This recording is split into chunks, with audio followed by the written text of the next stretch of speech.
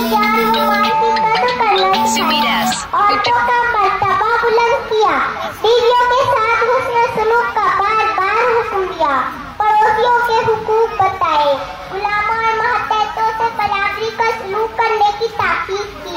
यतीमों के सर पर शफकत से हाथ रखने वाले को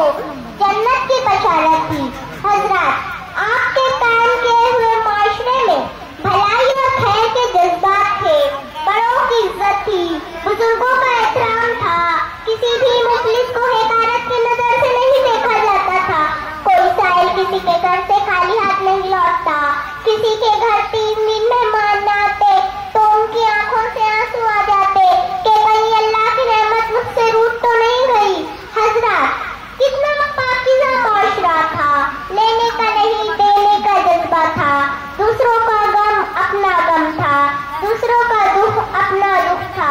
कांटा किसी को चुभता, दर्द दूसरे महसूस करते, सलाम उस पर के अंदाज मोहब्बत जिसने सिखलाए, सलाम उस पर के जिसने जख्म खाकर फूल बरसाए। असरे हाजिर का अलमिया ये है कि क़यादत कुरान से हो सकती है तो कुरान पढ़ना ही नहीं जानते। यहाँ तो जरा जरा सी बात पर सरेआम कत्ल हो रहे हैं, इंसानी जान मामूली चूटी से ज्यादा अहमियत नहीं रखती,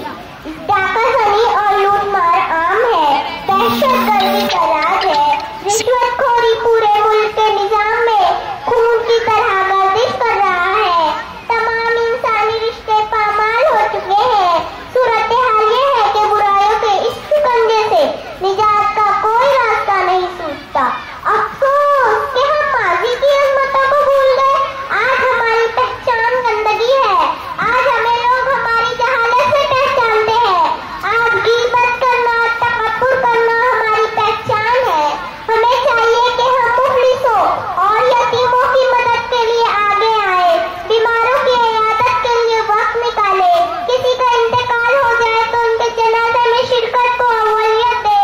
बड़ों का अदब और बच्चों से शफकत का माहौल पैदा करे,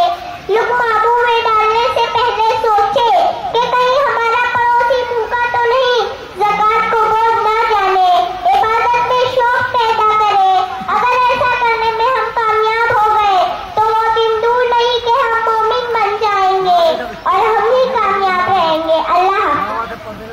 सुभान अल्लाह, सुभान